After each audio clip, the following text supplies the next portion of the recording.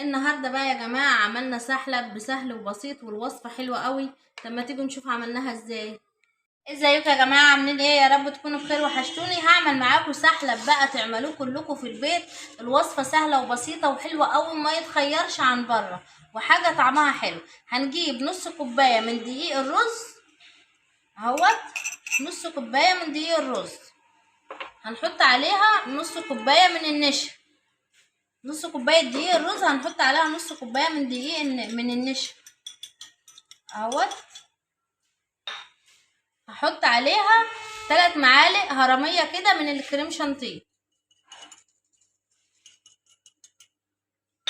ومعايا معلقتين سكر بودر، ولو عايزه تحطوا سكر بقى وانت بتحلي عادي. ومعايا برضو لبن بودر عشان اللي هيعمله بميه، معايا 3 معالق من اللبن البودر اهو. هعمل ده كده كله في بعضه، هضربه كده في بعضه اهوت كده. المكونات الجافه كلها مع بعضها، شايفه اهو. عملتيه بقى في البيت، مش عدة هتجيبيه خالص من بره. ساعة ما تعمليه كده وتجربوا الوصفة ان شاء الله مش هتجيبيه خالص من بره. شايفين انا قلبت كده كويس. معايا كيسين من الفانيليا اللي بتديها نكهة وريحة حلوة يعني اهو، كيسين صغيرين كده من الفانيليا. ومعايا شوية صغيرين خالص من الملح. تمام كده، احنا الامور بتاعتنا ماشية تمام. معايا بقى سمسم، معلقتين كبار من السمسم، ومعلقتين جوز الهند. شايفين؟ قلبنا بقى السحلب بتاعنا كده، الله عليه اهوت. قلبي كده قلبي. لو حابه تحطي قرفه تمام، مش حابه لا، بس انا مش هحط، بس دي حاجه اختياري يعني، لو انت براحتك. في علبه عندك بقى او برطمان اهو، تكوني غسلاه ومنشفاه جدا ومعقماه كويس، وتقومي حاطه فيه. بسم الله الرحمن الرحيم. شايفين الكميه؟ اللهم صل وسلم عليك يا حبيبي يا رسول الله. كميه حلوه قوي. طبعا الشتاء بقى دخل علينا واحنا محتاجين حاجات تدفينا اهوت. شايفين انتوا بقى لو هتجيبوا ده كله من بره هيتكلف قد ايه؟ امال انت لو عملتيه في البيت هتبقى يعني حاجه حلوه، وانت عاملاها بايدك وعارفه انت عامله ايه. والكميه كبيره جدا، وده هيبقى مكلف جدا لو جبناه من بره. السحلب بتاعنا زي ما انتوا شايفين كده حلو قوي. هناخد بقى 3 معالق، نحط الاول الميه. تمام،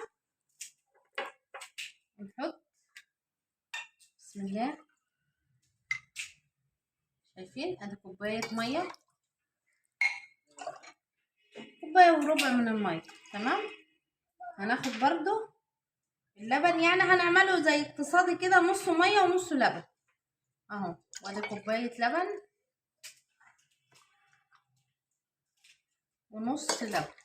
تمام كده تمام.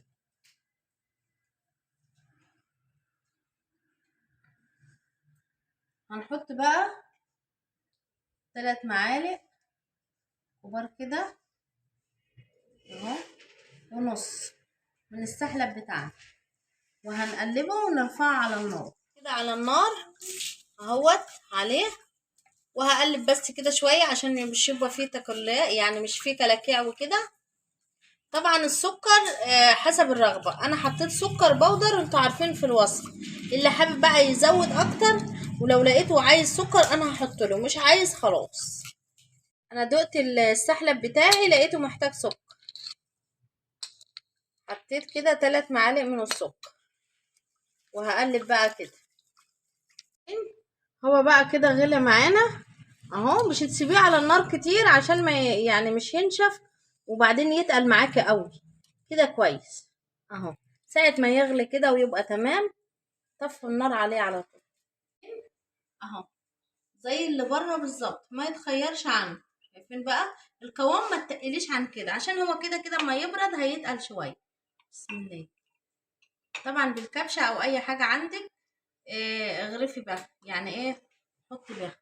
بس انا عايزه السمسم يتحط في كل الكوبايات. انا باخد كده اهو، طبعا احنا 5 افراد زي ما انتوا عارفين. فاحنا بقى ايه، بوزع السمسم عليهم كلهم. اهو يا جماعه شايفين. هتحط بقى شويه سوداني كده على الوش اهوت. احنا سيبناه لما برد سنه كده يعني اهو، عشان هو متماسك معانا. فطبعا شايل السوداني عادي، وحابه تحط براحتك، مش حابه خلاص. يعني انا حبيت بس ان انا احط حبه كده صغيرين على الوش اهوت.